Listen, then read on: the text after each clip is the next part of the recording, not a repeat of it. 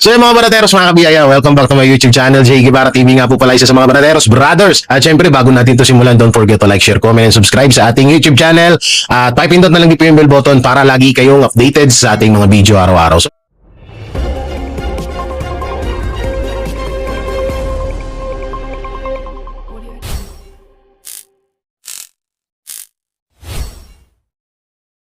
mga banateros, breaking news.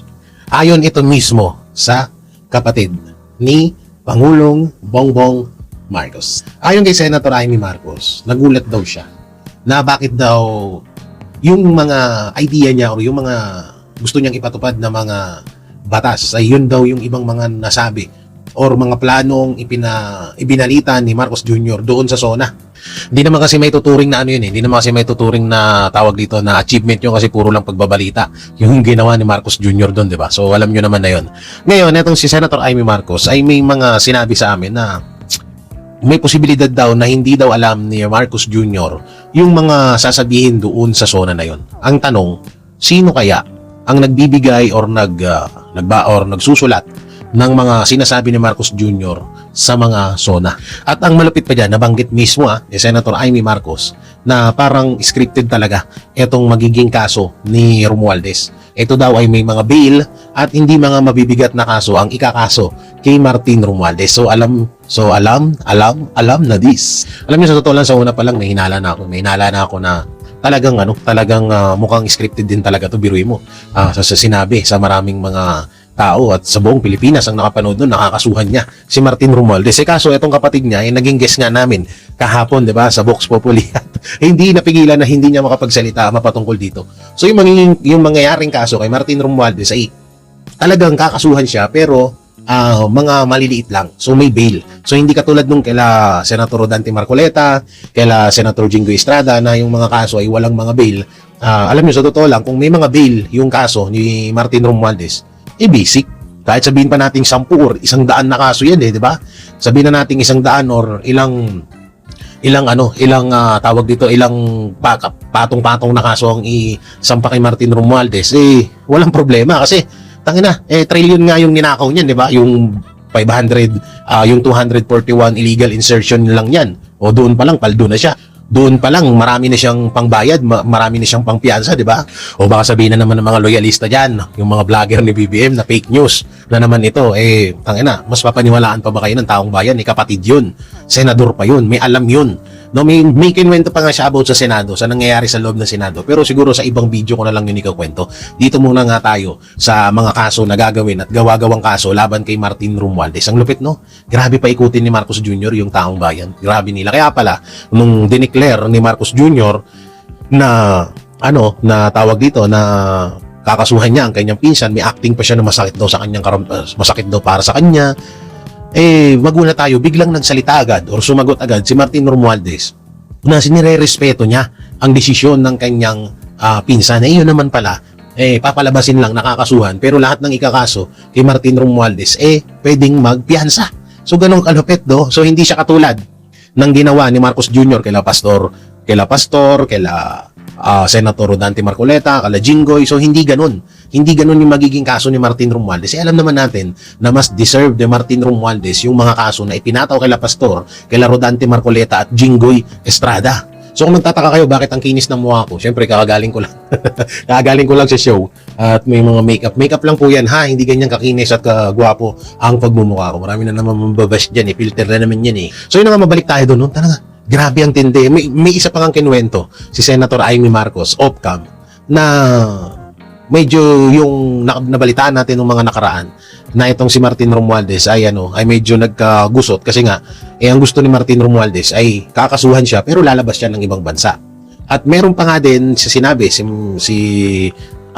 Amy Marcos at doon din ayon din doon sa balibalita na gusto ni Marcos Jr. ay ikulong siya, papalabasin lang na ikukulong siya pero papalayain siya agad. So medyo may katotohanan daw yun, sabi ni Senator Amy Marcos. So ngayon mga banateros, mga kabiyaya, antindi talaga nitong magpinsan na to, si Romualdez at si Marcos Jr. Talagang lagi niya tayong binubudol. So bagay, simulat sa pool, budol naman talaga. Hanggang ngayon, budol pa rin. So ganyan, no? Ganyan yung mga nabalitaan natin dito na talagang etong pagkaso kay Martin Romualdez ay isang malaking scam na naman, malaking isang budol at kalokohan na naman ang gagawin ng magpinsang Martin Romualdez at Marcos Jr. So kayo mga banateros, mga kabiyaya, sang-ayon ba kayo dito sa sinabi ni Senator Amy Marcos patungkol sa patong-patong na kaso di umano na Marcos Jr. sa kanyang pinsan na si Martin Romualdez? Comment nyo dyan. So yan mga banateros, at eto nga, pag-usapan natin, breaking news, may mauuna pa kay Martin Romualdez at walang iba kundi ito, sila Senator Alan Peter Cayetano at mag-ina na Leandro Libiste at Senator Loren Legarda. So ito isa sa mga garapatan ni Marcos Jr. na walang iba kundi si Boying Rimulya, si Ombudsman Boying Rimulya. O kasi kamakailan lang may nabalitaan tayo na hindi daw siya pwedeng tawaging Boying Rimulya lang. Kailangan daw may Ombudsman Boying Rimulya Mara Paco. So ang galing kamakailan lang nagsona si Marcos at sabi niya masakit daw sa kanyang karamdaman, sa kanyang kalooban pala, hindi pala karamdaman, iba pala yung karamdaman nun. O ano na yun, sa tumbong yun eh. So sinabi nga na si Martin Romualdez ay kakasuhan. Kaso malupit dito, mukhang mauunahan pa atang makulong ni Senator Alan Peter Cayetano at mag-inang Legarda at Libiste etong si Romualdez. At ang pinakatanong pa dyan, nasa Pilipinas pa ba si Romualdez? So ang galing talaga ng ganap, sobrang lupit talaga ng ganap nitong ni Ombudsman Boying Rimulya. So talagang maliwanag na maliwanag pa sa sikat ng araw na itong si Boying Rimulya ay kaya lang naman inilagay dyan, in-appoint sa pagiging ombudsman para utusan ni Marcos Jr. na para kasuhan yung mga politikong hindi sumusuporta or hindi nila kayang hawakan sa leeg. Ang malupit pa dito, yung mga BBM vlogger na sandamakmak ang ipinapataw ng mga issue, maraming mga testigo na lumalabas na kesyo nakatanggap sila ng mali-malitang pera pero hanggang ngayon nga pa rin. At ang malupit pa dyan, ang ayabang pa ng mga puking ina. Ang ayabang pa nila, di ba? Parang proud pa sila na porket ngayon hindi talaga kayo makakasuhan kasi nga bataan kayo ni Marcos Jr. Pero darating ang araw at matatapos din ang termino ni Marcos Jr. at munti-unti din kayong makukulong. Sa totoo magiging kabaliktaran. Yung mga nangyayari ngayon kay Senator Rodante Marcoleta, Senator Jingo Estrada, Senator Bato, Senator Alan at sa mag-inang Legarda at Libiste ay mangyayari yan sa mga BBM vlogger pagdating ng 2028 pag si BP Sara Duterte na ang magiging presidente ng bansang Pilipinas. So ayun yung pinakakaabangan natin. So ngayon, ito nga, sasampahan daw ng plunder case. Etong mag-inang Libiste, syempre plunder case, wala huyang bail. Hindi katulad nung sinabi sa atin ni Senator Amy Marcos na yung kaso na ipapataw kay Martin Romualdez ay may mga bail. So sa madaling salita, hindi kakasuhan ng plunder case si Martin Romualdez. So kung sakali mang kasuhan si Martin Romualdez ng plunder case, baka wala na siya dito sa Pilipinas. Totoo nga lang, mukhang wala na nga talaga dito yan ata sa Pilipinas. Diba? Isang malaking palabas lang ata talaga yan isang scripted. Kasi sinabi na rin yan ni Senator Amy Marcos na kahit siya ay hindi siya naniniwala at marami naman sa mga Pilipino na hindi rin talaga naniniwala dyan sa mga palabas na mga sinabi ng mga kaunghangang kabubuhang kayabangan ni Marcos Jr. nung nakaraang sona. So ito mga banateros, kayo naman ang tatanungin ko, deserve ba nila Cayetano at mag-inang Legarda at Libiste na makulong kesa sa mga BBM senators at kay Martin Romualdez, kay Sandro Marcos at kay Lisa Araneta da Impacta Marcos? Comment nyo dyan. Ito, malupit. Grabe. Akala ko wala nang gagawing tama si Marcos Jr. Akala ko wala na siyang, alam niyo yun, parang wala na tayong pag-asa na hindi makagawa ng proyekto si Marcos Jr. sa kasaysayan ng Pilipinas. Pero ito, ang pinaka talagang masasabing achievement na makukuha or nangyari at nagawa ng administrasyong Marcos na ikakatuwa din talaga to ng mga BBM vloggers. Alam niyo mga banateros, dapat nyong i-share to. Dapat malaman ng buong Pilipinas na may panibagong proyekto si Marcos Jr. Hindi to fake news at hindi rin to joke, hindi rin to prank. Sobra. Alam nyo, tumayo ang balahibo ko. Tumayo ang balahibo ko dito sa video na to, dito sa proyekto na to na pinaplano at gagawin. Malapit na nga, sa totoo parang malapit na malapit na ata itong matapos. So talagang, ewan ko ba, medyo parang magsisisi na ba ako na binabanatan ko si Marcos Jr. dahil dito sa magandang proyekto na to. At ang pinaka makakatulong dito or pinaka makikinabang hindi lang ang mga OFW, hindi lang ang mga sundalo, hindi lang ang mga PNP, kundi pati tayo ng mga ordinaryong Pilipino ay may kinabang dito sa panibagong proyekto ni Marcos Jr. Ano nga ba to? Etong proyekto na to. Etong proyekto ni Marcos Jr. na siya lang ang nakagawa sa kasaysayan ng bansang Pilipinas ay walang iba kundi yung pagtaas ng utang ng Pilipinas, utang na loob, puking ina mo. Wala ka nang ginawa kundi umutang. Tapos kami yung pagbabayarin mo, hayop ka. Na tumataginting lamang na 19.7 trillion pesos ang utang na ng Pilipinas sa loob ng 5 years, 6 years, 5 years lang. 5 years or 4 years na panunungkulan ni Marcos Jr. Walang ibang nakagawa niyan. Si Marcos Jr. lang ang nakagawa niyan. Ha? Grabe, napakagandang proyekto niyan. At syempre, ipagmamalaki to ng mga BBM vloggers dahil sa si Marcos Jr. lamang ang nakagawa ng ganito na sa loob ng 4 na taon ay nagkautang tayo ng halos magsa-10 trilyon na. Pero wala tayong nakikitang progreso, upgraded na mga tulay, mga establishment, mga project, yung parang kahit papano ay bago sa paningin natin na nagawa ng administrasyong Marcos. Kawawa na naman yung mga OFW. Oh, nasingitan na naman kayo. Grabe, paldo na naman. Paldo na naman yung idol ko na si BBM. Puta na 19.7 trillion. Tapos ang malapit nito, isisisi na naman to sa Duterte. Nekesyo ang umutang nito ay si Pangulong Duterte na kahit nasa ICC. At syempre, sino pa ba ang mahilig manisi kundi si PICC. Alam niyo naman na yung comment o alam niyo na may meaning ng PICC, di ba? Comment niyo na lang dyan sa baba. Uy, dapat ipagmalaki to ng mga BBM vloggers, ha? Hindi pa pwedeng hindi kasi matagal nang nag-aantay ang taong bayan ng mga panibagong achievement na nagagawa ni Marcos Jr. Tignan nyo nung SONA, puro kwento lang yung ginawa niya. Kaya dapat binablog nyo to. Shout out sa mga BBM vloggers, ha? Sa mga tulpo vloggers dyan, sa mga trililing vloggers dyan, ha? I-content nyo to. Oo, kailangan malaman to ng buong Pilipinas. Dahil ito ay isa sa mga pinakamagandang ginawa ni Marcos Jr. sa kasaysayan ng bansang Pilipinas. Diba? Mga idol BBM, pautang naman. Oo, ikaw lang utang ng utang eh. Kami baon ng baon eh. Kami baon na sa utang eh. Ang malapit dito, ikaw yung utang ng utang, tapos kami yung bayad ng bayad. Puking mo. Wow, grabe itong balitang ito. So yung vlogger ni BBM na naging corn beef nung nakaraan, ay ang kinamatay daw nun, ang sanhi pala ng pagpatay sa kanya or pagtegi sa kanya, ay utang daw na 8 million. Wait lang. Kung utang na 8 million ang dahilan sa pagtegi diyan kay fake news second queen kasi ang queen talaga si si PICC eh. Oo, alam niyo naman siguro kung sino si PICC, 'di ba? So yun yung queen. Ito lang to, second lang to, or parang kulangot lang to sa ka-fake newsan. So kung 8 million, nagtataka ako kasi doon sa mga video niya dati, nagpe-flex yan ng pera, gumagano'n-ganon pa yun, so makasayaw-sayaw pa, ginaganon-ganon yung pera, di ba? Ang dami niya pera lagi, tapos bumili ng sasakyan. Ang malupit dito, kung itong vlogger na to ay may sandamakmak na utang, so ibig sabihin, yung mga vlogger ni BBM ay sandamakmak din ng utang. Bakit? Kasi halos lahat sila, di ba, sinabi nila na, uy, susunod na ako. Ako na yung next. Sabi nung isa, ako naman yung next. Sabi nung isa, akong number 1. Sabi nung isa, ako ang number 1 na isusunod. So, ibig sabihin, lahat ng BBM vlogger may utang. Kasi sila yung isusunod eh. Gusto yung nagyari. Ay, naku po. Pa-flex-flex pa kayo ng pira. No? Pa-flex-flex pa kayo ng pira sa social media. Tapos, tawag dito sandamakmak. Pero ewan ko lang medyo hindi ako naniniwala. Pero siguro, baka nga na may sandamakmak na utang or baka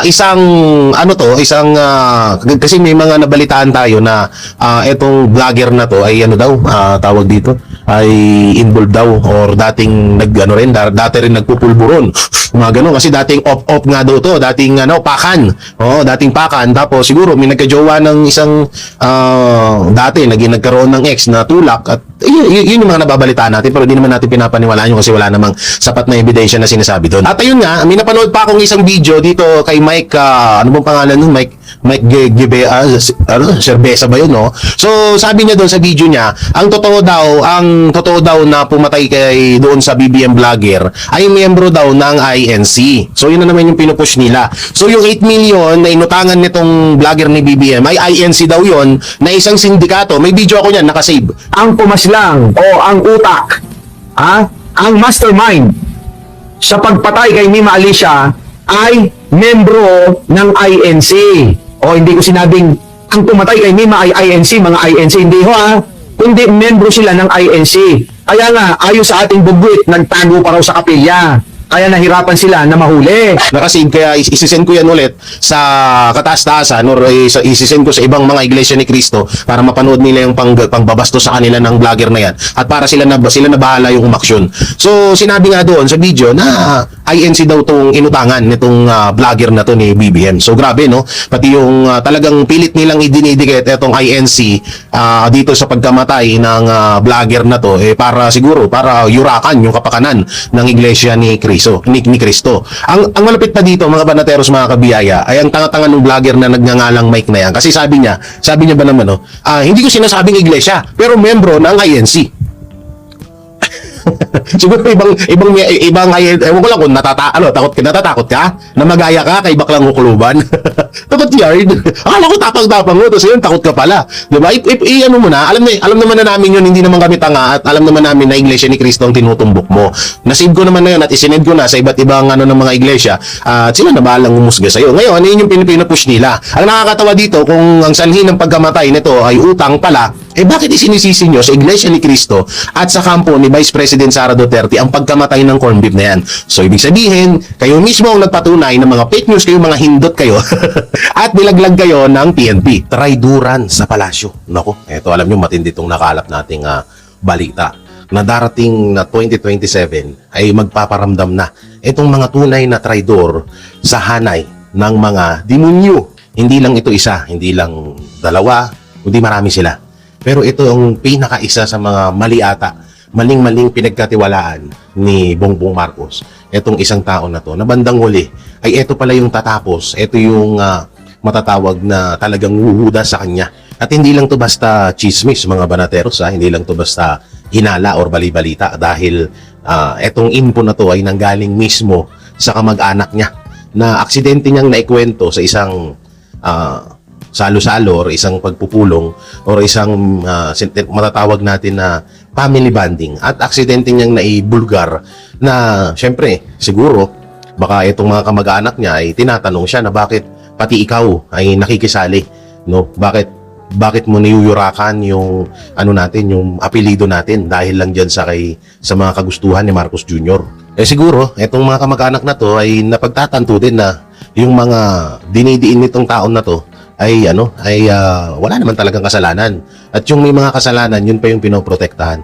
So doon nga sa family bonding na yun or sa pagpupulong ng kanyang mga pamilya or salo-salo, nabanggit niya na bandang huli rin naman daw mapapatunayan niya sa bansa buong Pilipinas na talagang sisingilin niya naman daw kahit naman din daw siya ay nahihirapan dahil iniipit sila or yung mga yung mga ayaw niyang gawin ay pinapagawa sa kanya.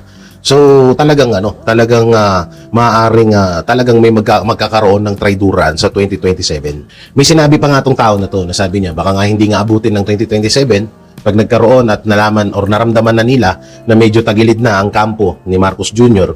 Doon na rin din naman daw sila bubuelta. At mga banateros, hindi na rin talaga maikakaila na pwede niyang hudasin etong si Marcos Jr. dahil nasa apelido, nasa pangalan na nitong taong to, ng mga taong to, yung pagiging hudas. May mga issue to dati na patalon-talon. Kapag alam na nilang tagilid na yung sitwasyon ng kanilang sinusuportahan, ay bigla itong tumatalon. At kung mapapansin nyo din, talagang sinusunod niya lahat ng kagustuhan ni Marcos Jr. Pero yun nga, yung sinabi niya sa pamilya niya na balang araw daw, ay sisingilin niya ito. So, alam ko naman na may mga mambabash dyan ngayon sa sa social media, dyan sa comment section. Pero alam nyo naman na talagang mangyayari. Alam naman natin na madumi ang laro, mapamundo, mundo ng politika. Kung matatandaan nyo nga, sinabi ni Pangulong Duterte noon na sa mundo ng politika ay sobrang dumi niya, mas madumi pa yan sa tubig sa imbornal. Na yung kaibigan mo ngayon, pwede mo maging kaaway noon, at yung kaaway mo ngayon ay pwede mo rin maging kaibigan. So ganyan karumi. Talagang lang kasi dito gamitan. No? Kung mapapansin nyo, yan sila Ace Barbers, yung iba pang mga kongresista, katulad nila Redon, dating mga Duterte yan. Kasi Ace Barbers, matatandaan natin na sinabi niya dati na sana ma-extend pa ang termino ni Pangulong Rodrigo Roa Duterte dahil napakaganda nga itong war on drug niya at talagang naging safe naman sa Pilipinas, katulad din ni Redon, di ba? So alam niyo, marami talagang ganyan at may posibilidad din naman talaga na mangyari itong hudasan na mangyayari sa palasyo. Nag-aantay na lang talaga ng ng tamang tiyempo itong tao na to. Nag-aantay lang sila ng tamang tiyempo para gawin na nila. Kapag nakita na nila siguro na ang taong bayan na ay nagtitipon-tipon at talagang matatawag na nating parang hindi na talaga tatagal ang administrasyong Marcos, doon na ito bubuelta. Doon na ito gagalaw, itong tao na to. So kayo mga banateros, sino kaya ito? Sino kayang tauhan o isa sa mga matinding galamay ni Marcos Jr. at ng Palasyo na maaaring humuda sa kanila? No. So comment nyo na lang dyan mga banateros, at doon sa mga nanalo pala sa palaro natin kung ano yung kung ano yung magandang idugtong sa ICC. Siyempre sa unahan yan. So renomin ko naman na dyan kung ano yung mga nanalo, at congrats doon sa mga nanalo na tigpa 500 pesos. Abangan nyo na lang yung mga susunod nating mga palaro. Alright. Ito mga banateros, may napanood akong video na ang Pilipinas ay naibenta na. No? Grabe. Naisip ko tuloy na bakit talagang kung yung ibang bansa ay hinahadlangan ang pagtatayo sa kanilang bansa ng Faxilica, bakit kaya dito sa Pilipinas ay parang pinagmalaki pa? So ito po, panoorin natin. The current U.S. puppet leader of the Philippines, Bongbong Marcos, Ferdinand Marcos Jr., he is the epitome of what happens when you have a government that is led by these comprador elites who are willing to sell out their country, and they do not care one bit about the interests of the working class. The Spanish language has the best word for these corrupt comprador leaders. It is vende patria. Vende patria. It literally means to sell your homeland. And we see this with many of the right-wing pro-U.S. leaders in Latin America. For instance, Argentina's libertarian, self-declared anarcho-capitalist leader, Javier Milei, who has been selling out his country to U.S. corporations and Elon Musk. Or in the case of Ecuador, the current right-wing dictator is named Daniel Noboa, who is the son of the richest billionaire oligarch in the country. His family is extremely corrupt and linked to organized crime, and he's also a U.S. citizen. And under his rule, his right-wing dictatorship, Ecuador has become the most dangerous country in Latin America with the highest homicide rate. Public services have collapsed. There are constant blackouts. And this is exactly what happens when you have these corrupt comprador leaders who serve the interests of the U.S. empire and U.S. capitalists at the expense of their own country. If you look at poverty statistics for the Philippines, you can see that if you measure relative poverty at the share of the population living on less than $10